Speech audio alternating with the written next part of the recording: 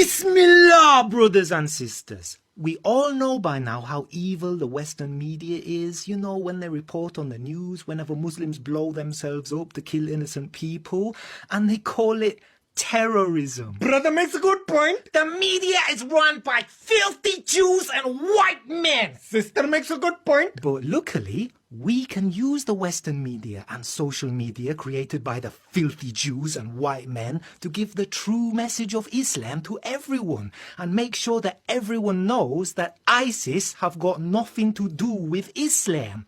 This must always be our #1 priority. ISIS has nothing to do with Islam. That's right. Oh, you all learn so fast, mashallah! So, whenever anyone says that Islam is violent, all we have to say is ISIS have nothing to do with Islam. Because we all know that true Islam is nothing like it whatsoever. Now, before we all go out and preach to the dirty infidels so we can invite them to the beautiful message of Islam, does anybody have any questions? Sir, me. One at a time, boys. Ginger, you go ahead. I exposed Tommy Robinson. Oh, good for you, Ali D. I'm sure you did expose him. But that's not a question though, is it? So let the ginger boy speak, please. You know when ISIS kill people for not being Muslim anymore? Fake ex-Muslims.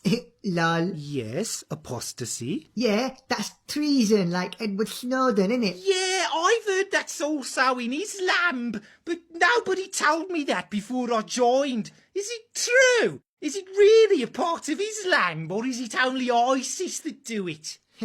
Well, epistemologically speaking, you're forgetting the context. It's all about the multi-layered and multi-leveled approach. Brother makes a good point. You see, we have the pixel and Allah has the picture. Aha. Pixel.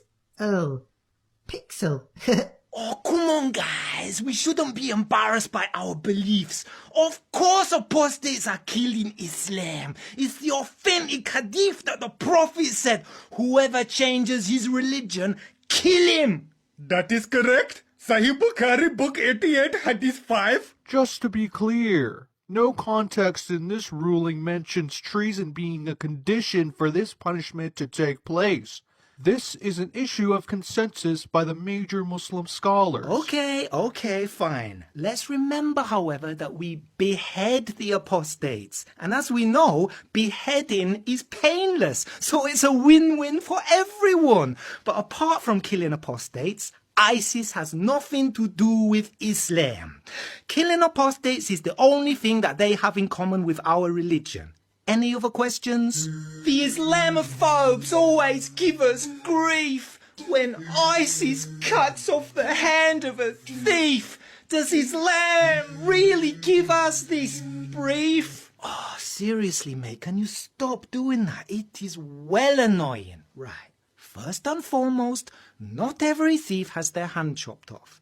Before you get your hand chopped off, you have to steal something really, really expensive, like an egg or a bit of rope. Sahih Bukhari, book 86, hadith 29. Yeah, and the general command to chop choppy is in the Quran in... Chapter 5, verse 38, Allah says, as to the thief, male or female, cut off his or her hands, a punishment by way of example from Allah for the crime. Yeah, okay, so ISIS follow Islam when they punish a thief or chop off their hand, but apart from killing apostates and chopping off the hands of thieves, ISIS have nothing to do with Islam. Oh, don't forget about them feet, innit? Feet? What feet? Allah orders us to chop off both the hands and the feet, as well as crucify those what spread corruption. Brother makes a good point. This is in chapter 5, verse 33. Okay, so Islam teaches you to chop people's hands and feet off or crucify them if they spread corruption. But apart from killing apostates, chopping off hands and feet and crucifixion, ISIS has nothing to do with Islam. No, man! So here's the point where you chop off the thieves' hands, babes. This is just an excuse to show you skin. Oh, look at that. I have an Audi. And I'm not talking about my belly button. You know what, babes? I call my bed the crucifix, girl.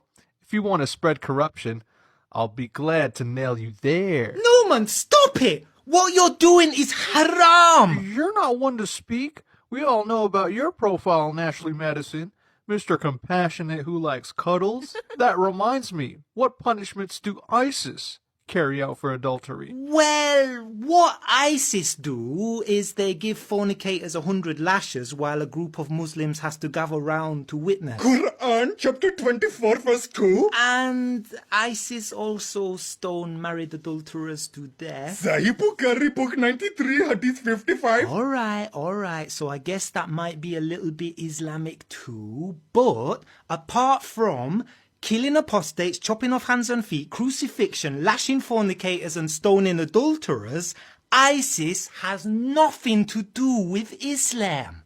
Any questions?